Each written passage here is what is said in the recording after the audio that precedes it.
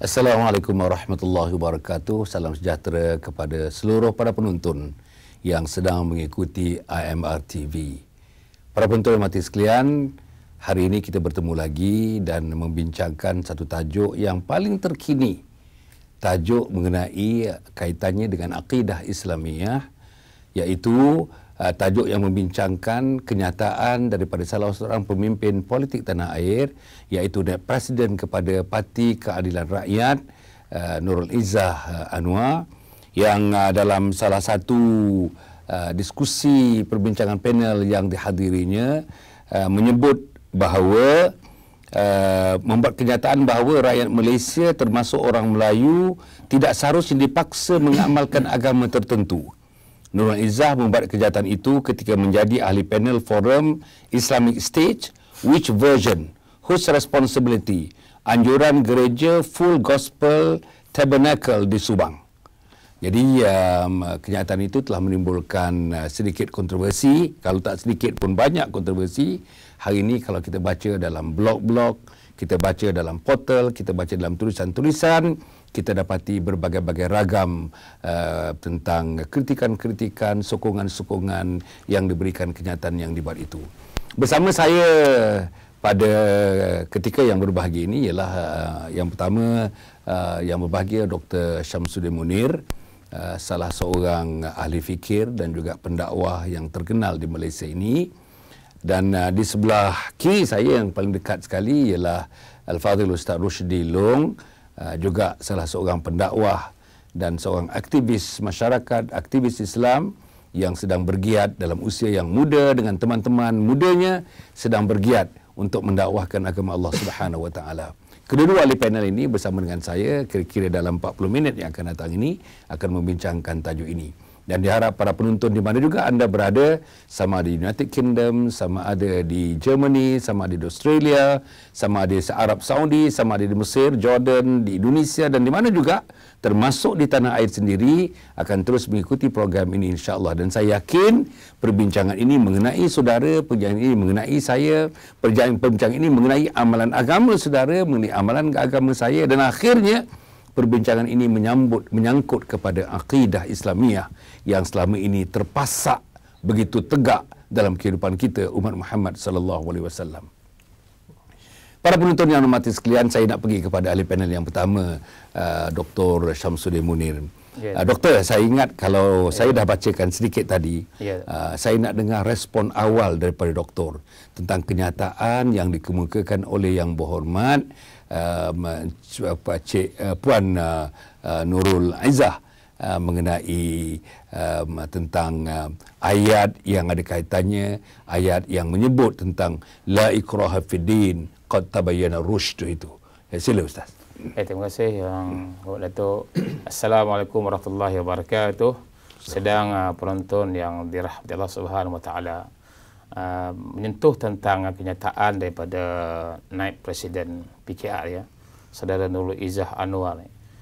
Saya rasa mungkin beliau bukan seorang yang mahir ataupun mendalami tentang isu akidah ini.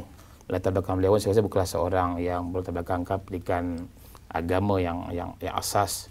Dan kenyataan beliau mengatakan bahawa orang Melayu tidak perlu kita paksa mereka ini menganut agama Islam. Sebab la ikraha fiddin, dan dikatakan dalam statementnya lakum dinukum waliyadin, ya, bagi kamu agamamu, bagiku agamaku. Ini sebenarnya ayat ini ditujukan kepada orang yang bukan Islam, yang tidak memeluk Islam. Dalam konteks di Malaysia tanah kita ini, orang Melayu telah tertakluk di bawah perkara 160 Piagam Persekutuan, yang mana Melayu itu mestilah ianya beragama Islam. Melayu itu mestilah bertutur bahasa Melayu dan mengamalkan adat istiadat Melayu. Bermakna bahawa orang Melayu ini tiada pilihan. Sebagai seorang Muslim, kita ini tak ada pilihan. Inna din indallah al-Islam. Sebenarnya agama di sisi Allah adalah agama Islam. Kita tak ada pilihan bahawa setiap orang Melayu yang beragama Islam mesti akidahnya berpegang kepada Islam. Tak ada pilihan. Yang ada pilihan ni mungkin orang yang bukan beragama Islam, belum beragama Islam, macam orang-orang yang agama Buddha, orang Kristian, itu tidak ada paksaan. Bagi saya mungkin beliau silap kefahamannya tentang sejarah orang Melayu ini, Yang mana sejak zaman Kesultanan Melaka, bila Sultan, raja-raja Islam, seluruh rakyatnya memeluk Islam, kita bernaung di bawah Sultan. Bila Sultan raja kita Islam, maka raja sebagai ketua agama Islam, maka selayaknya kita rakyat Melayu ni mestilah agamanya Islam juga, mengikut kita punya raja sultan pemerintah kita. Jadi itu sebagai awal. Terima kasih Doktor ya. Alhamdulillah Doktor telah memberikan satu mukadimah yang ringkas tetapi baik dan padat mengenai kenyataan yang dikeluarkan oleh Yang Berhormat Puan Nurul Izzah, anak kepada Ketua Pembangkang Datuk Seri Anwar Ibrahim itu. Saya nak pergi kepada Al-Fadhil Ustaz Rusdi Long. Ustaz ya, kalau kita lihat kenyataan yang dibuat oleh Nurul Izzah itu dan disamakan dengan satu memorandum yang dihantar oleh IFC, Interfaith Commission, pada 21 Ogos 2001. Ya. Yang pertama dia menyebutnya seseorang seseorang anak yang dilahirkan oleh ibu bapa Islam tidak seharusnya secara terus menjadi orang Islam. Dan kalau kita simpulkan tuntutan itu mengatakan bahawa orang-orang Islam bebas untuk murtad. Ini yang terkandung di dalam tuntutan IFC yang dikemukakan pada 2001. Saya hendak dia punya paralel Ustaz ya, di antara kenyataan Nurul Izzah sebagai seorang ahli parlimen yang sepatutnya mengemukakan kenyataan-kenyataan yang bertanggungjawab. Bukan saja bertanggungjawab kepada diri, kepada keluarga, masyarakat, tetapi yang pentingnya bertanggungjawab kepada agama kita, agama Islam kita dan juga penganut-penganut agama Islam. Macam mana kaitannya ini dengan tuntutan yang dibuat, yang saya sebutkan tadi oleh IFC itu sendiri, Ustaz? Bismillahirrahmanirrahim. Assalamualaikum warahmatullahi wabarakatuh. Alhamdulillah wa syukurillah. Qala Allah Subhanahu wa ta'ala, a'udzubillahi minasyaitonir rajim. Wa may yartadi minkum an dinihi fayamut ulaika habitat a'maluhum fid dunya wal akhirah ila akhir ayat. Datuk Pengerusi merujuk kepada persoalan yang kita bincangkan pada petang. Pertama sekali sebagai orang Islam, dalam mengeluarkan sebarang bentuk pernyataan, dalam mengeluarkan sebarang bentuk pandangan yang berkaitan dengan isu agama, maka menjadi satu kewajipan bagi kita sekiranya kenyataan kita buat itu bertentangan dan berkehendakkan, maknanya dengan niat untuk kita membawa satu bentuk kefahaman yang bertentangan dengan ajaran Islam, maka dia merupakan satu kesalahan. Dan apatah lagi persoalan ini persoalan akidah, kebimbangan kita ialah membawa kepada gejala murtad yang sangat kita bimbang, yang apabila ini berlaku kata Allah Subhanahu wa ta'ala, barang siapa yang murtad daripada agama Islam ini maka terbatal segala amalan mereka. Ini yang pertama.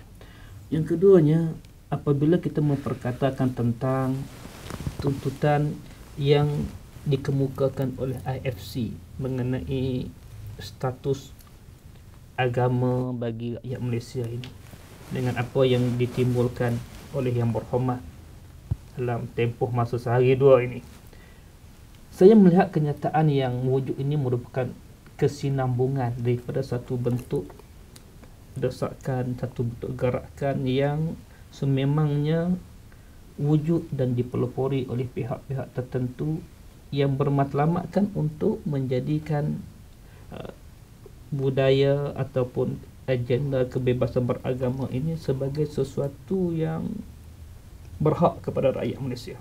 Jadi maknanya apa yang dikemukakan untuk sekian lama, maka perjuangan itu masih lagi diteruskan hingga ke hari ini, dan selagi mana hasrat ini tidak tercapai, maka wujudnya pihak-pihak yang cuba untuk merealisasikan hasrat untuk memberikan kebebasan beragama terhadap rakyat Malaysia, dan inilah kebimbangan yang sangat-sangat kita takut dan menjadi tanggungjawab orang Islam untuk kita merasakan ini satu ancaman yang serius yang perlu dihindari dan perlu ditentang sehabis-habisnya. Ustaz, saya nak tadi disebut oleh Ustaz Rusdi tentang kaitan kenyataan itu dengan akidah. Bukan persoalan cerita tentang tali air di kampung, jalan tak ditar, tentang padi tidak menjadi dan sebagainya. Tapi masalah besar ialah masalah akidah. Saya hendak dalam beberapa second ni Ustaz, sebelum kita pergi pada segmen yang kedua ni. Kalau ada Ustaz nampak tak pertalian, paralelisme, persamaan, keselasian di antara kenyataan seorang anak namanya Nurul Izzah dengan kenyataan yang pernah dikeluarkan oleh ayahnya sendiri namanya Datuk Seri Anwar Ibrahim mengenai isu yang sama. Adakah Ustaz tengok keserasian, keselarian, persamaan daripada kenyataan itu? Saya nampak memang jelas saya Datuk, memang ada persamaan dan mungkin juga kenyataan beliau ni dipengaruhi oleh ayah beliau sendiri supaya pemikiran Datuk Seri Ibrahim ni dapat diresapi di kalangan orang muda. Sebab mungkin pernyataan Datuk Seri Ibrahim adalah golongan yang umur 60 tahun ke atas mungkin tak boleh terima. Jadi menggunakan anaknya. Sebab generasi muda ni, generasi Y ni boleh terpengaruh dengan ideologi Islam liberal hari ini dan juga plural agama dan sebagainya. Okay. Para penonton, tanpa disedari kita pun sudah mengambilkan segmen yang pertama dan kita akan melangkah kepada segmen yang kedua sebentar nanti.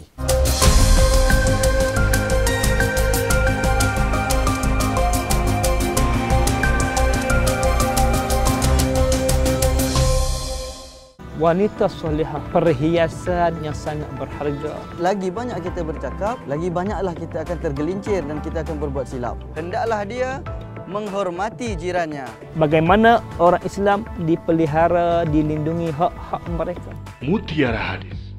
Jom layari imrnetwork.my.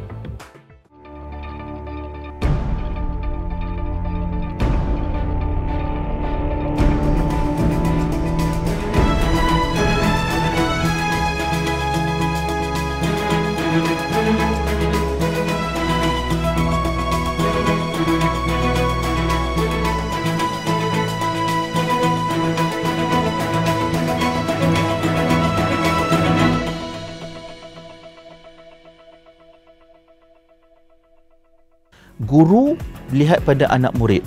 Dia nak anak murid jadi apa? Mestilah lebih baik daripada diri dia. Bahawa manusia ini, kawan-kawannya mempengaruhi dia, sekolahnya mempengaruhi dia, ibu bapaknya mempengaruhi dia, jirannya mempengaruhi dia, dan kadang-kadang dia kata faktor climatic condition juga pun mempunyai pengaruhi dia. Fikrah DDHA. Jom layari imrnetwork.my.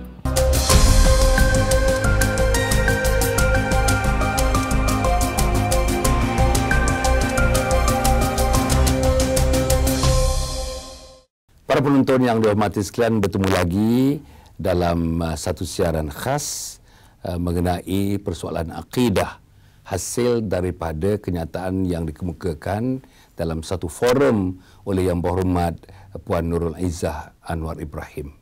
Saya nak pergi kepada Ustaz Rusdi.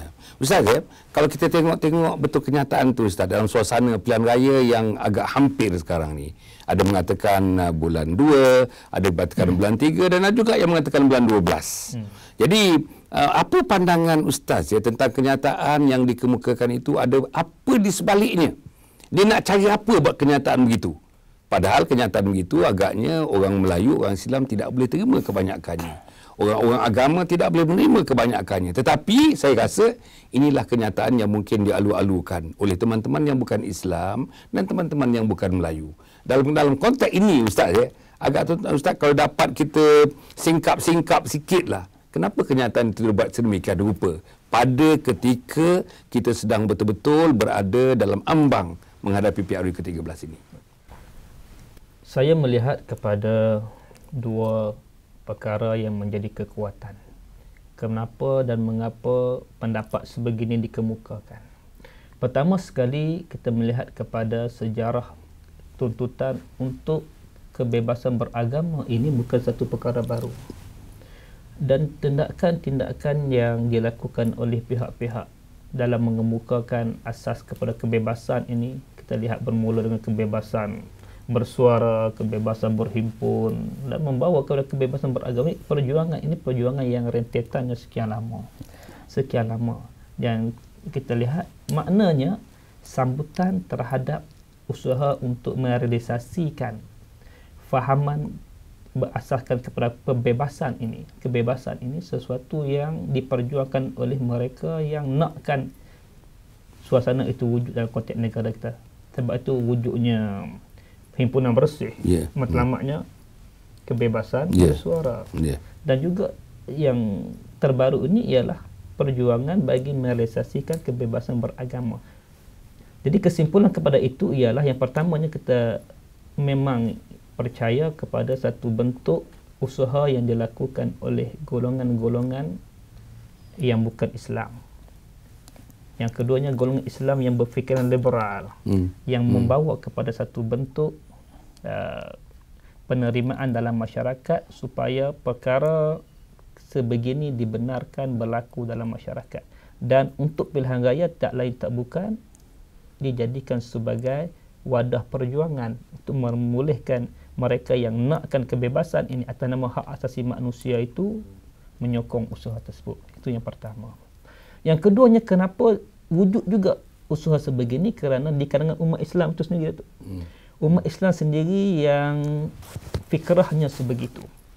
Fikrah pluralisme, fikrah liberalisme yang terpengaruh dengan fahaman hak asasi manusia yang meletakkan akal melalui wahyu ini. Ini yang telah meresap yang akhirnya membawa kepada salah tafsirnya kedudukan agama yang memimpin manusia, tetapi membawa kepada satu bentuk fahaman manusia yang memimpin agama. Maka kerana itulah agama cuba disesuaikan dengan kehendak manusia. Dan atas dasar itulah maka lahirnya fahaman-fahaman nak mengubah hukum-hukum agama dan disesuaikan dengan kehendak semasa pada hari. Termasuklah kebebasan memilih agama. Sedangkan kebebasan ini, contoh yang paling mudah kita rakyat Malaysia, kita tak terikat dengan undang-undang Singapura tu. Kerajaan Singapura tidak boleh memaksa kita. Tapi bila kita pergi ke Singapura, walaupun kita rakyat Malaysia, kita berada di bumi dia, kita wajib ikut undang-undang dia. Begitu juga dengan kita orang Islam. Kita berada dalam agama Islam. Agama lain tidak memaksa kita mengikut ajaran mereka. Umat Islam wajib mengikut ajaran Islam. Dan orang bukan Islam tidak terikat dengan undang-undang Islam ini. Itu analoginya. Tapi inilah masalah kita bila masyarakat melihat Islam itu disesuaikan dengan fikrah pemikiran manusia mengatasi wahyu daripada Allah Subhanahu Wa Taala. Terima kasih Ustaz. Saya nak pergi kepada Dr. Syamsuddin. Doktor, pahaman yang sedang nak diterapkan terutama oleh teman-teman daripada Pakatan Rakyat, pahaman yang bertunjangkan pada sistem liberalisme barat, western liberalism itu, dan di dalamnya terdapatlah, kalau kita ambil dari hal agamanya, yang dipanggilkan Islam liberal, yang dipanggilkan pluralisme agama, yang kalau ini di Indonesia pun telah menimbulkan kerisauan yang begitu hebat di kalangan ahli-ahli fikir, di kalangan ahli agama, di kalangan masyarakat. Dan benih-benih itu sedang ditanam di Malaysia sekarang. Kenyataan Nurul Izzah itu membayangkan benih itu sedang mula subur, benih itu sedang mula berkembang sekarang ini. Saya nak tanya Ustaz, ada tak kerisauan? Apa kerisauan kita sebagai seorang Islam? Apa kerisauan pertama, kerisauan kedua kita berikutan dengan kenyataan yang dibuat oleh Tuan Nurul Izzah itu? Sila Ustaz. Yang pertama yang kita risaukan adalah dari segi politik negara kita. Kita tidak mahu nanti rakyat kita, para pemimpin politik menggadaikan akidah agama itu semata-mata untuk politik. Termasuk lagi pemimpin dalam kalangan PAS yang mungkin ke arah disebut sebagai parasit yang kita istilahkan, Dan dalam PKR dah terang-terang mereka ni, mereka cuba nak menggunakan akidah agama ni untuk kepentingan politik mereka. Mereka terpaksa berkompromi dengan agama lain, demi untuk menang pilihan raya. Itu yang kita nampak substannya yang berlaku. Dan Datuk Seri Anwar Ibrahim sendiri pernah dijelaskan tahun 2010, dia pernah merujuk pada kenyataan statement daripada John Hicks sendiri. Pemikirannya itu, dia falsafahnya dia lebih mirip pada John Hicks. Ini seorang yang orang Yahudi, memanglah dari segi pengaruh, dari segi ideologinya tu lebih kepada liberal tadi, lebih kepada pluralisme agama tadi, mempengaruhi sendiri pemikiran Datuk Seri Anwar Ibrahim. Termasuk juga di Indonesia, saya rasa dah pun menular. Ya, dengan Nurkhalis Majid sebagainya yang selalu dirujuk oleh Datuk Seri Anwar Ibrahim. Dan beliau bercakap di Indonesia banyak menggunakan pendekatan pemikiran, ungkapan-ungkapan yang sering dipopularkan oleh kelompok-kelompok yang sedemikian. Jadi yang kita risaukan ialah hari ini, kita takut suatu hari nanti agama, akidah diperdagangkan, digadaikan demi untuk kuasa politik. Dan akibatnya nanti yang itu saya rasa apa yang tersurat dalam perlembagaan Melayu itu Islam mungkin akan berkubur. Melayu di sini mungkin akan jadi seperti Melayu di Indonesia. Itu yang kita nampaknya ke arah itu. Berlaku seperti Melayu di Singapura. Inilah yang kita risaukan oleh kerana politik yang kita cari, kuasa yang kita cari, kita telah menggadaikan prinsip agama kita dan akhirnya masa depan umat Islam kita tidak boleh terjamin di bumi kita sendiri. Baik Ustaz, itu tentang beberapa keresahan ya.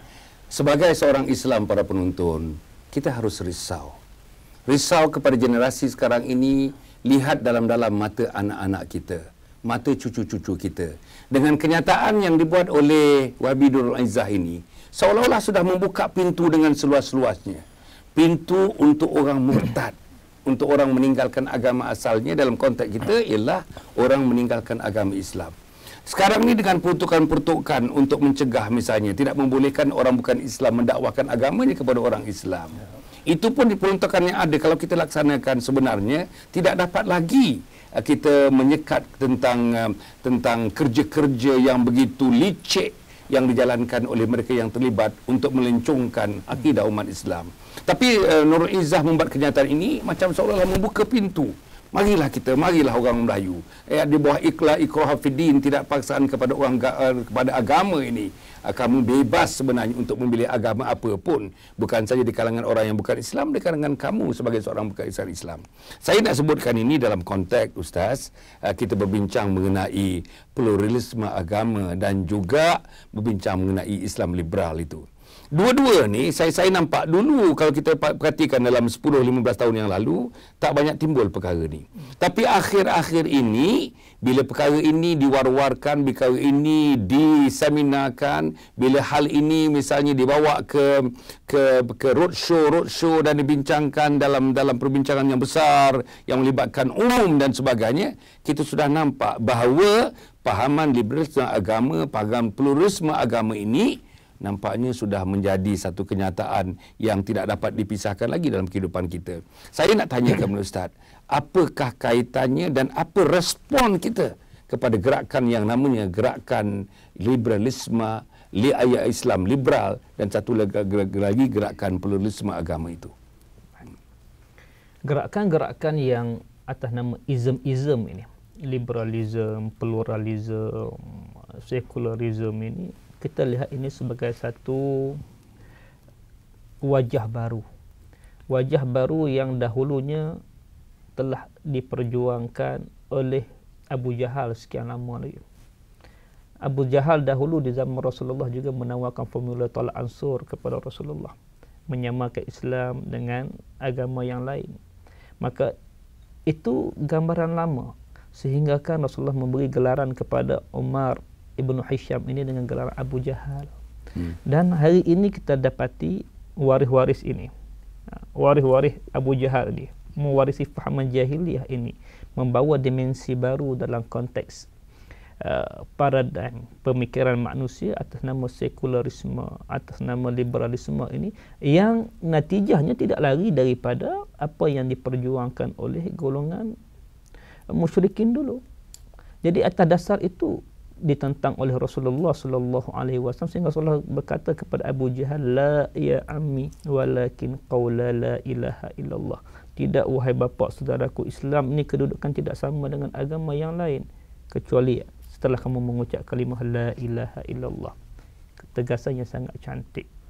Jadi atas dasar itu umat Islam perlu berpegang kepada keyakinan bahawasanya apabila memperkatakan soal Islam ini, datanglah bentuk cabaran yang sebagaimana sekalipun, kedudukan Islam itu tidak boleh disamakan dengan agama yang lain. Al-Islamu ya'lu wa la yu'la alaih. Itu yang pertama. Yang keduanya, apabila cabaran ini datang, kewajipan bagi umat Islam ialah berpegang kepada ajaran Islam yang dibawa oleh Rasulullah dengan menolak mereka-mereka yang membawa pembaharuan dalam konteks Islam ini sebagai sesuatu ancaman yang perlu ditentang habis-habisan. Jangan ada orang Islam yang redha, jangan ada orang Islam yang bersetuju dengan Islam, yang menyokong orang Islam yang diperalakkan, orang Islam yang menjadi musuh kepada usaha bagi mengubah kedudukan Islam sebagai agama di sisi Allah Subhanahu wa taala yang sifatnya tidak sama dengan agama yang lain, sehingga membawa kepada satu bentuk kesamarataan. Sama rata dalam beragama. Ini satu statement, satu kenyataan yang sangat-sangat bertentangan dengan Islam, menyamakan Islam. Jika saya berkuasa, semua agama sama sahaja. Ini salah di sisi Islam. Kita harus tentang, kita harus beri kesedaran kepada mereka ini. Terima kasih Ustaz. Saya nak pergi kepada Dr. Syamsuddin. Dr. Syamsuddin, forum ataupun perbincangan panel yang dihadiri oleh Nurul Izzah itu adalah di bawah anjuran Gereja Full Gospel Tabernacle di Subang. Dan penglibatan gereja, penglibatan pimpinan-pimpinan gereja menganjurkan program-program yang sedemikian, yang tajuk-tajuknya adalah menyentuh persoalan yang sangat sensitif sebenarnya. Sensitif kepada orang Islam, terutamanya kepada ustaz, kepada saya dan kepada para penonton IMR TV ini. Jadi saya nak tanya ustaz, macam mana pandangan ustaz dengan pelibatan gereja-gereja mengadakan program yang begini, bawa masuk pula pimpinan-pimpinan Melayu Islam, duduk sebaris membincangkan hal-hal yang berkaitan dengan agama, sensitifnya agama, terutama masalah akidah ni tadi. Yang kedua, saya tengok dalam forum itu, kalau tak silap saya lah, gambar yang saya tengok tadi, sebelah Nurul Izzah itu ialah Yusuf Rawa, Mujahid Yusuf Rawa, Dr. Mujahid Yusuf Rawa. Orang PAS. Saya tak dengar pula kenyataan dalam akhbar yang mengatakan dia menidakkan, menyanggah pendapat yang terbuka yang dibuat oleh Nurul Izzah. Di mana agak-agak Ustaz letaknya kewibawaan pimpinan PAS dalam konteks bila berbincang di khalayak ramai seperti itu? Sila Ustaz. Sebab tu yang Datuk kita bila bercakap soal tentang masalah semasa, isu agama, segala isu dunia ni, kita kena rujuk pada Al-Quran dan Sunnah.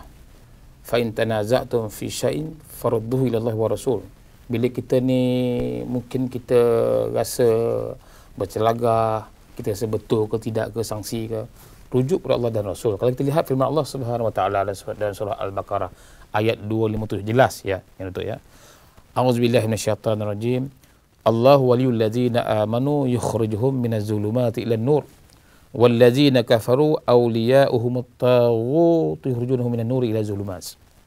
Jelas kita bahawa Allah SWT penunjuk kepada kita sebagai kita punya tempat rujukan kita, mengeluarkan kita daripada yang gelap kepada cahaya terang.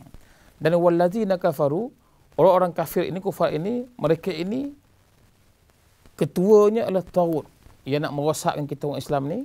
Dia kerja dia untuk mengeluarkan kita daripada cahaya kepada kegelapan. Mungkin ahli panel kita ni mungkin tidak faham apa agenda puak-puak yang ni kan. Allah kata walan tarda ankal yahud walan nasara hatta tattabi'a millatahum. Puak-puak Yahudi Nasara ni di Malaysia ni tidak adalah nak Yahudi dah tu. Mungkin perangai Yahudi, izam Yahudi tersebut, agenda gerakannya ada seperti mana kita lihat dalam gerakan-gerakan macam LGBT. Itu semua agenda Yahudi. Mungkin gerakan yang forum ni pun dianjurkan kepada mereka yang ada pahaman sedemikian untuk nak menghancurkan Islam, yang mana wakil rakyat kita sendiri yang Muslim seperti Nurul Izzah dan juga Dr. Mujahid tak sedar. Mereka matlamat dia untuk supaya menarik orang Islam daripada cahaya kepada kegelapan. Sebab itu kita orang Islam ini, orang Melayu khas di Malaysia ni, sejak lahir lagi kita dah jamin dah. Semua mak bapak bila lahir anak je nak azan nak iqamah kan. Sebab nak pastikan akidah lahir-lahir saja. Dah Allahu Akbar, Allahu Akbar. Dah confirm Islam itu sejak lahir lagi. Lepas tu 7 hari pula agama kita buat kekah, sunat bagi nama dia, nama Islam. Macam mana Nurul Izzah dengan Dr. Mujahid boleh meredakan bahawa kita orang Melayu ni boleh setelah dewasanya boleh pilih agama? kita dah sejak lahir dah diazankan. Tandanya dah kalimah la ilaha illallah. Lepas tu pula diberikan nama Islam. Sampai dia dewasa pula boleh pula orang Melayu boleh tukar pula bebas agama. Dia macam mana prinsip ini yang tak dipahami oleh kedua-dua pemimpin orang Islam tak ke pikat pas yang mungkin boleh merosakkan akidah pahaman umat Islam seluruhnya yang mana tu. Saya nak pergi kepada Ustaz Rusdi Long. Ustaz, kalau kita tengok Ustaz terlibat secara langsung dengan dakwah melalui NGO yang Ustaz pimpin, Ustaz pun terlibat melalui Yadim dan sebagainya, dan saya pun terlibat melalui Jati dan juga Yayasan Murni Akidah dan sebagainya. Kita berusaha, boleh katakan, minta maaf, siang, malam, pagi, petang, guna tenaga fikir, guna sedikit mana-mana keuangan yang kita ada, yang didermakan kepada kita, untuk kita meletakkan satu full stop kepada mereka yang nak menjerumuskan akidah orang Islam ke lembah kedurjanaan yang dikutuk oleh Allah Subhanahu Wa Taala. Tapi yang hebatnya, bukan penentang-penentang kita ni, bukan orang-orang Kristian saja, bukan orang-orang gereja saja, tetapi jurucakap-jurucakapnya yang Ustaz sebutkan tadi. Orang Melayu sendiri, orang Islam sendiri, pimpinan yang berpengaruh. Macam Datuk Seri Anwar Ibrahim, Nurul Izzah, macam Dr. Mujahid Yusof Rawa dan sebagainya. Tidakkah ini, Ustaz, kata orang putih, give us a double blow, Ustaz, sukar lagi kita nak menapakkan kaki kita untuk mencegah berlakunya penyelewengan akidah di kalangan orang Islam itu. Macam mana, Ustaz? Itulah cabarannya tu. Sebab itulah Rasulullah pun bukan ditentang oleh golongan bangsa yang lain. Penentang yang paling kuat datang daripada bangsanya sendiri, puaknya sendiri, bangsa Quraisy yang belum menerima Islam ketika itu. Dalam soal ini kita melihat bahawasanya umat Islam pada hari ini kita perlu kembali kepada apa yang diperkatakan oleh para ilmuwan dulu. Kadang-kadang dakwah ini memerlukan sultan, iaitu kuasa. Jadi apabila kuasa ini ada, maknanya penguatkuasaan dan pihak yang diberikan mandat, diberikan kedudukan, sebagaimana diperingatkan oleh Allah Subhanahu Wa Taala dalam surah Al-Hajj ayat 41. Allazina immakannahum fil ardi aqamus shalah. Orang yang diberi kedudukan ini, jawatan, pangkat, mereka wajib berperanan dalam merealisasikan tanggungjawab untuk menegakkan agama Allah Subhanahu Wa Taala. Jadi apabila pemimpin umat Islam yang diberikan tanggungjawab ini menyimpang disebabkan oleh menjaga kedudukan, disebabkan oleh mengutamakan kepentingan kedudukan mereka, harta, pangkat dan sebagainya, maka dia menyimpang daripada apa yang diperingatkan oleh Allah Subhanahu Wa Taala. Akhirnya mereka menjadi alat kepada kehendak ini, meninggalkan amanah Allah Subhanahu Wa Taala ini. Inilah kebimbangan yang harus diberi kesedaran kepada pemimpin-pemimpin atas dasar menjaga agama, mendahului agama daripada kepentingan kuasa, kedudukan, pangkat dan sebagainya ini. Ustaz, saya selalu soalan yang terakhir ni dalam segmen yang tadi pun, yang ini pun Ustaz ada dalam 20 saat, begitu 30 saat untuk menjawab soalan saya ini, Ustaz, ya. Kalau Ustaz nak berikan dalam keadaan kita ni, orang pun kita kata we are pushed to the wall, kita dihentak ke dinding sekarang ni. Bukan saja pengembang-pengembang gerakan yang nak menyelewengkan akidah, tapi orang Islam Melayu sendiri pun menjadi jurukakap mereka. Bahkan mereka pemimpin-pemimpin yang sudah mempunyai pengaruh yang besar. Jadi kalau nak minta kita nasihat sikit kepada para penonton IMR TV ni yang ada setengahnya di luar negara, Ustaz, di United Kingdom ke, di Mesir ke, termasuk dalam negeri ni, apa agaknya satu dua nasihat dalam kita menghadapi mehnah, cabaran-cabaran dalam kita menegakkan akidah umat Islam kita, Ustaz? Ya, betul ya. Bagi saya lah, kalau kita faham dari segi sejarah kemerdekaan negara kita, perjuangan pemimpin Islam orang Melayu kita sejak kita merdeka lagi, kita bersyukur ya betul. Sejak kita merdeka 1957, kedudukan agama telah terjamin dalam perlembagaan. Dan kedudukan agama itu dipelihara oleh raja-raja. Yang Tuan Agong jadi ketua agama bagi negeri tak ada sultan, dan negeri yang raja, sultan jadi ketua agama. Dan juga akidah umat Islam pun terpelihara. Dalam perkara 160 sebutlah itu menjaga akidah kita dah pun termaktub dalam perlembagaan. Inilah yang disuruh oleh Islam, maqasid syariah, menjaga agama. Tujuan utama dia ialah menjaga agama. Untuk itu ya Mak Datuk, saya rasa kita di Malaysia ni, seluruh penonton tak kira di mana saja berada, keutamaan kita ialah untuk Islam itu diutamakan, bukannya politik. Kalau kita mengutamakan agama, agenda agama di hadapan, saya rasa politik itu kita kesampingkan. Mana yang bercanggah dengan akidah Islam, maka kita kena tolak politik.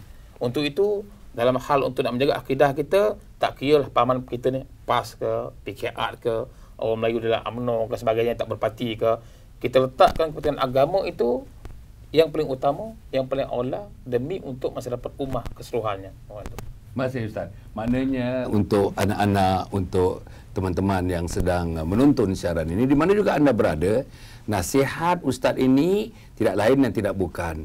Kita balik kepada agama, tegakkan agama, junjung agama. Inilah satu-satunya kita punya, kata orang, defense mechanism kita yang pertama dan yang utama bagi mencegah berlakunya kita tercebur di dalam hal mengenai penyelewengan akidah ini. Kita akan pergi kepada segmen yang berikutnya.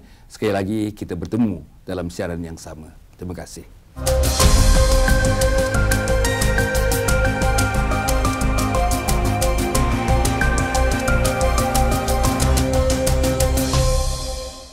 Guru lihat pada anak murid.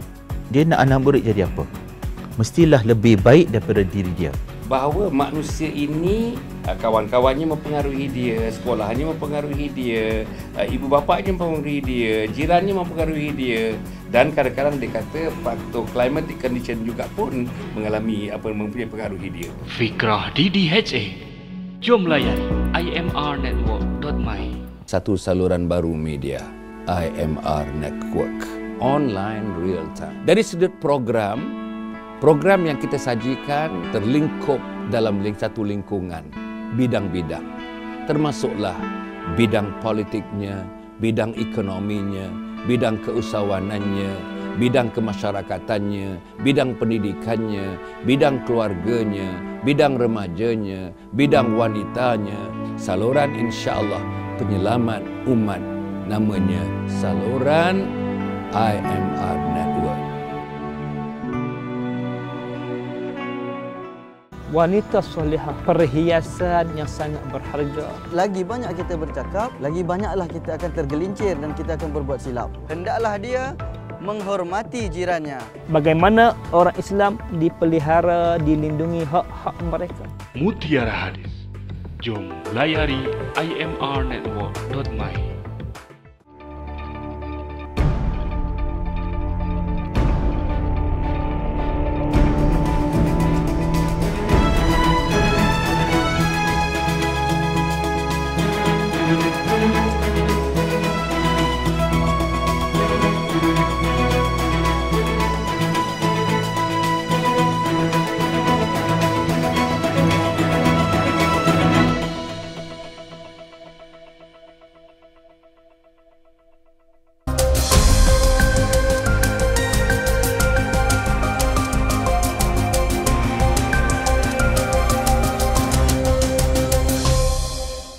Berjumpa lagi dalam ruangan khas, program khas yang didatangkan kepada saudara dan saudari orang-orang yang meminati IMR TV. Tuan-tuan dan puan, IMR TV telah dilancarkan bersama-sama IMR Radio di bawah satu gagasan yang dinamakan IMR Network. Tuan-tuan boleh layari imrnetwork.my. Jadi insya-Allah di situ yang ingin menziarah radio boleh ziarah radio, yang ingin ke TV boleh ke TV, yang ingin melihat apa yang berlaku dalam situasi sekarang ini, tuan-tuan bolehlah layari IMR Network. Saya nak pergi kepada perbincangan seterusnya ni. Nak pergi kepada Ustaz Rusdi ni. Ustaz, kalau kita lihat dalam Pakatan Rakyat ada 3 komponen parti. DAP, PKR dan PAS. Kita dapati PAS yang sepatutnya merupakan parti Islam yang sememangnya diharapkan menjadi benteng utama agaknya dalam Pakatan Rakyat lah untuk mempertahankan Islam, mempertahankan akidah syariah dan mempertahankan akhlak. Tetapi tidak begitu kita nampak. Ambil tadi, kalau betullah gambar yang saya lihat ditunjukkan kepada saya, Nurul Izzah, sebelahnya ialah Dr. Mujahid Yusof Rahwa. Katakanlah dia tak bercakap, katakanlah dia tak bercakap, katakanlah dia tak membela, katakanlah dia tidak membenarkan apa yang dikatakan oleh Nurul itu, saya rasa tak tahulah adakah itu sebenarnya mewakili pimpinan PAS yang dinamakan parasit itu. Saya nak tanya Ustaz Rusdi, macam mana Ustaz Rusdi lihat tentang peranan PAS sekarang ni sebagai benteng pertama dan utama mempertahankan Islam dalam konteks Pakatan Rakyat itu? Sila Ustaz.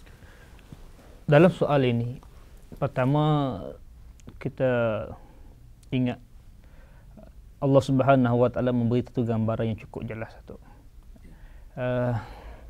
Surah Al-Mumtahanah ayat 8 dan 9 sebagai satu dalil bagaimana Allah Subhanahu Wa Taala menggariskan satu bentuk kerjasama, satu bentuk pakatan di antara orang Islam dan juga orang bukan Islam. Tuhan sebut dalam ayat yang 8 surah Al-Mumtahanah ini, yang saya yakin dan percaya kita boleh rujuk ini daripada Al-Quran. Allah Subhanahu wa tidak melarang kita, innama la yanhaakumullahu 'anil ladzina la yuqatilukum fiddin. Allah tidak melarang kita daripada berpakat bekerjasama dengan orang-orang bukan Islam selagi mana mereka tidak memerangi atas nama agama kita dan tidak merancang untuk mengusirkan kita daripada tempat tinggal kita. Tetapi ayat yang kedua, ayat yang ke-9 ini Tuhan sebut secara jelas, innama yanhaakumullahu 'anil ladzina yuqatilukum fiddin. Tuhan melarang kita daripada bekerjasama, berpakat dengan mereka yang memerangi, memusuhi atas dasar agama Islam itu. Jadi apa yang berlaku dalam konteks kerjasama politik kita pada hari ini, selagi mana parti-parti politik ini tidak mengancam dan tidak menjadikan agama Islam sebagai musuh, sebagai sesuatu yang ditentang oleh mereka, maka kerjasama itu wajar. Tetapi yang berlaku masalahnya sekarang, Islam ini telah ditentang, Islam ini dimusuhi, termasuklah usaha untuk memberikan kebebasan beragama ini sebagai suatu bentuk kebebasan yang harus dipelopori oleh rakyat. Maka ini satu penentangan terhadap agama. Atas dasar itu, maka pendirian jelas. Bila penentangan terhadap agama ini, dia musuh. Dan apabila Tuhan melarang, maknanya peranan yang harus dimainkan ialah kita jadikan mereka yang membawa ajaran ini sebagai musuh yang harus ditentang. Dalam konteks ini saya rasa prinsip yang cukup jelas. Atas nama politik, PAS telah melihat DAP dan PKR memusuhi Islam. Memusuhi Islam apabila membawa satu bentuk penentangan terhadap akidah Islam ini, kebebasan beragama ini. Maka kalau teruskan pakatan ini, bekerjasama juga, kita telah melanggar. Di hujung ayat ini Tuhan ingatkan kita, sesungguhnya bantuan, pertolongan Allah tidak akan diberikan kepada mereka yang zalim sebegini. Ini yang kita bimbang. Sedangkan kita nak bawa satu bentuk kerjasama yang diradai oleh Allah Subhanahu wa taala memertabatkan agama, kita langgar perintah Allah Subhanahu wa taala.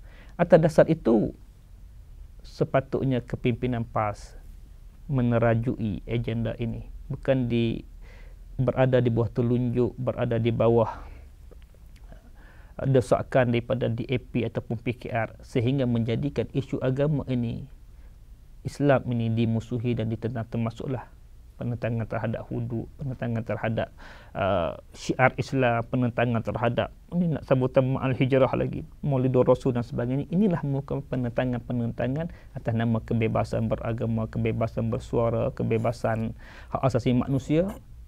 Kembali kepada penentangan agama, wajib kepada kita menghalang dan wajib kepada kita mengembalikan landasan perjuangan keluar daripada pakatan ini untuk sama-sama bersatu atas nama kesatuan akidah walaupun berbeza siasah.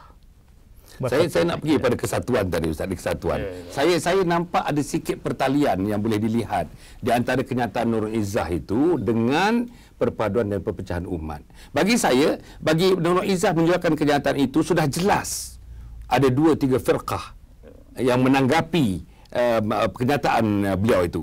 Ada yang menyokong, ada yang tidak menyokong. Ini akan menimbulkan betapa bertambah berpecah belahnya masyarakat dari segi memahami, menghayati apa yang disuarakan antaranya oleh Nurul Izzah tersebut.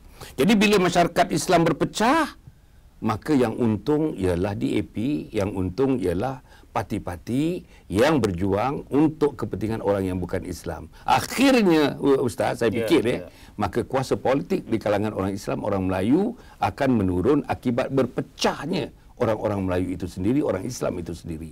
Macam mana Ustaz nampak? Ustaz nampak tak? Ataupun Ustaz sendiri sedar dan ingin juga menjolok sedikit kenyataan mengenai kaitan di antara kenyataan itu dengan perpecahan bangsa Melayu itu sendiri? Memang jelas betul sebab kita lihat suasana ni dan realitinya wakil di Selangor di Pantai Barat. Memang di Selangor Pantai Barat ni memang pengundi-pengundi Cina, India, non-Muslim ramai. Di Perak termasuklah di Pulau Pinang. Datuk Seri Ibrahim sendiri pun di Pulau Pinang. Jadi saya rasa dia terpaksa mengeluarkan kenyataan semikian demi untuk kuasa, maka matlamatnya perlu dipecahkan benteng orang Melayu. Selagi orang Melayu ni Islam ni bersatu, selagi itu PKR sebagai orang kata ni cita-cita Datuk Seri Anwar Ibrahim nak jadi Perdana Menteri tak tercapai. Sebab dah ada lah satu orang kata persefahaman antara DAP, PKR PAS, Perdana Menterinya Datuk Seri Anwar Ibrahim.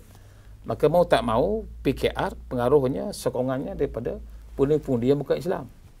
Ini yang saya sebut tadi sebab kerana politik tadi kuasa, mereka sanggup pecah belahkan Islam demi untuk kuasa. Sedangkan konsep dalam Islam Rasulullah sendiri, kerjasama pakatan antara agama ni, tahalusiasi dia Rasulullah lakukan di Madinah tu, dia mesti ada asiyadah. Ketuanan, kekuasaan itu terletak kepada Rasulullah, Islam. Islam yang memimpin, memerintah. Yahudi Nasrani dia menurut kehendak Rasulullah. Itu yang berlaku pegang Saifah Madinah. Yang berlaku dalam PAS hari ini, dalam PKR dan juga DAP, PAS dan PKR, PAS tidak dominan, tidak ada siadah dalam Pakatan Rakyat. Bahkan kita lihat isu-isu agama pula PKR yang ke hadapan.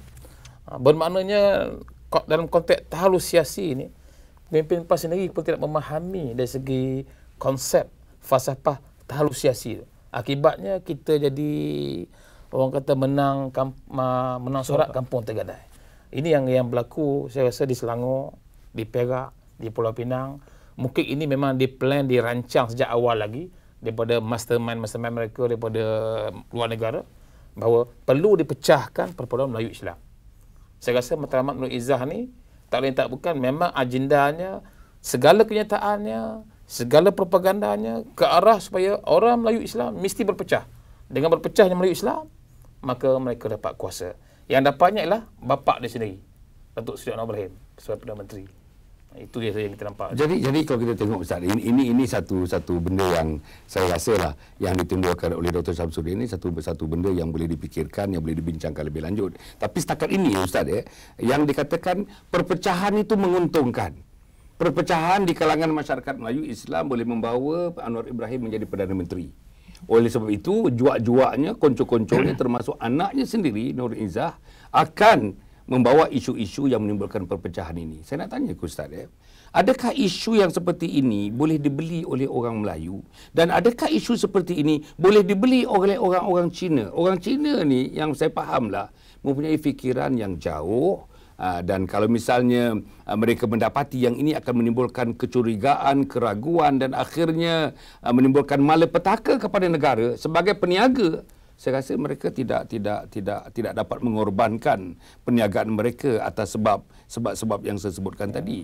Jadi sebagai yang akhirnya agaknya daripada Ustaz, bagaimana agaknya pandangan masyarakat yang bukan Islam, tadi masyarakat Islam yang bukan Islam terhadap kenyataan yang dibuat oleh Nur Izzah itu dan pelaksanaan beberapa agenda mereka lagi, seperti misalnya menubuhkan republik sebagaimana yang sebut-sebut dalam akhbar, perbincangan-perbincangan dan sebagainya, menjadikan Malaysia republik. Bukankah itu nanti akan menakutkan masyarakat yang bukan Islam? Dan saya rasa takut senjata ini memakan tuan. Tak tahulah macam mana Ustaz. Baik.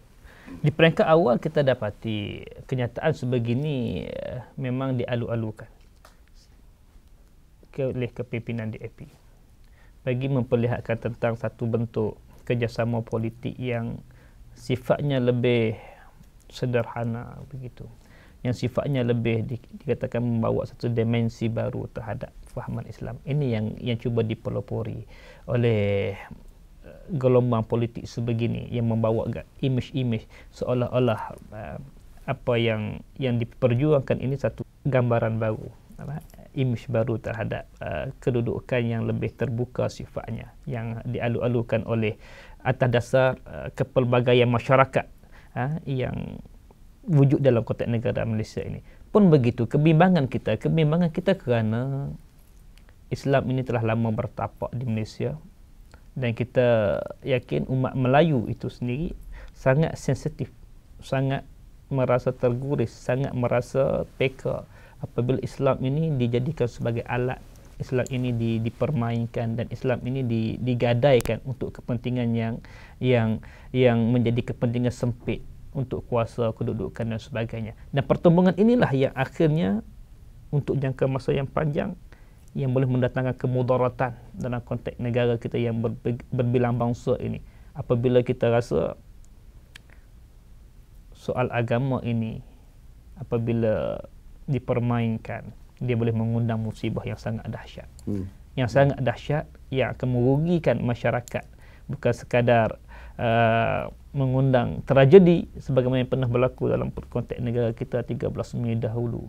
Jadi persoalan ini perlu diperingatkan oleh mereka yang bercita-cita dalam politik ini, golongan masyarakat bukan Islam, bahawasanya jangan mengundang satu bentuk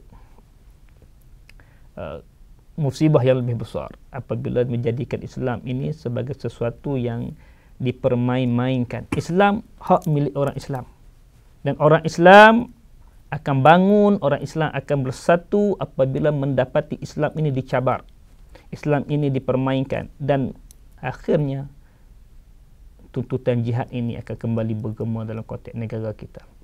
Sewajibnya hari ini orang Islam kembali bersatu atas nama jihad untuk mempertahankan agama, dan jihad ini merentasi fahaman politik. Jihad ini merentasi kepentingan-kepentingan yang lain, meletakkan Islam atas dasar perkara yang paling utama dalam hidup. Dan bila jihad ini menjadi satu semangat yang melanda masyarakat, maka kita bimbang dia akan mengundang musibah yang lebih dahsyat lagi, terutamanya apabila Islam berjihad, musuhnya ialah golongan yang bukan Islam.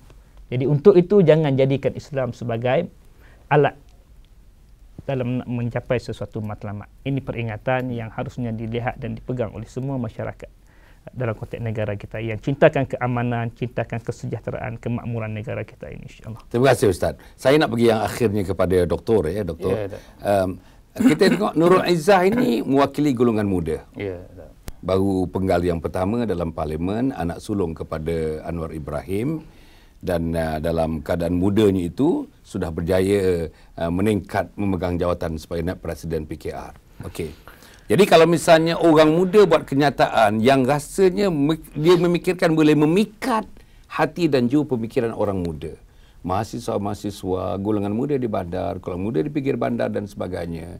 Tidakkah Ustaz nampak, doktor nampak bahawa kenyataan yang dibuat ini akan menimbulkan satu keraguan, satu pencembaran dari segi akidah, dan satu kerisauan, dan satu tempat yang tak ada nak bergantung, nak mencari satu kepastian dalam hidup oleh kerana goncangan daripada pemikiran minda yang dibuat oleh Nurul Izzah ini. Bagaimana Ustaz fikir anak Ustaz, anak saya, anak teman-teman yang sedang mengikuti siaran ini menanggapi sebagai orang muda, menanggapi kenyataan Nurul Izzah ini? Macam mana Ustaz? Saya rasa yang itu bukan semua Malaysia muda akan terpengaruh dengan statement Nurul Izzah. Mungkin bagi beliau statement tersebut adalah untuk menarik pengundi muda yang layak mengundi untuk pilihan yang akan datang. Tetapi kita kena ingat, sekarang pun generasi muda pun dah minat pada agamanya tinggi sekarang pada tu. Bukan semua mahasiswa ni, kita ingat orang junjungan muda ni dia lara, leka dengan perkara yang boleh melalaikan dari segi perjuangan agama dan sebagainya. Kita lihat hari ini kemungkinan ucapan statement Nurul Izzah ini mungkin akan makan diri. Saya yakin pelajar kita ke muda berada di United Kingdom ke di Amerika sekarang pun, di Jepun ke, hari ini semangat agamanya tinggi. Yang buat Datuk sendiri pun saya rasa pernah belajar di Amerika, tapi semangat Datuk segi agamanya kental tinggi Datuk. Jadi mungkin statement beliau ni popular untuk seketika, tapi selepas ni saya rasa mungkin golongan muda akan menyalahkan beliau sebagai seorang yang perosak agama, perosak bangsa, dan juga seorang yang memusnahkan masa depan ummah dan generasi kita yang akan datang. Para penonton yang hormat sekalian, kita mengucapkan terima kasih kepada kedua-dua ahli panel kita, Dr. Syamsuddin Munir dan seorang lagi ahli panel kita, Al-Fadhil Ustaz Rusdi Long, yang dapat meluangkan masa bersama-sama kita dalam program ini. Kepada anak-anak golongan muda dan siapa sahaja yang sedang menonton siaran ini daripada dalam negeri dan luar negeri, kita mengucapkan terus selamat menonton. Jangan lupa terus menonton IMR TV, terus mendengar IMR Radio. Dan tuan-tuan dan puan-puan, tajuk yang kita bincangkan ini adalah tajuk yang sangat penting dan tajuk yang sangat current, yang begitu baru, kata orang, panas. Dan ada akhbar panas dalam blog, panas dalam portal yang kita bincangkan ini, agar mudah-mudahan akan memberikan satu ruang fikir kepada tuan-tuan, menambahkan keyakinan tuan-tuan untuk membuatkan sesuatu bagi menanggapi apa yang disebut oleh Nurul Izzah, untuk memberikan kebebasan kepada orang Islam terutamanya untuk memilih mana-mana agama yang dipikirkan sesuai dengan kehendak dan cita rasa mereka. Yang ini sebenarnya tuan-tuan menentang, saya menentang, dan seluruh umat Islam menentang gagasan yang sedemikian ini. Cukup setakat itu. Sekali lagi, Allah memberikan kita kekuatan dan terus diberikan kekuatan kepada kita untuk mendakwahkan agama Allah. Aqul qawli hadza wa astaghfirullahal azim. Wassalamualaikum warahmatullahi wabarakatuh. Waalaikumsalam Assalamualaikum warahmatullahi wabarakatuh.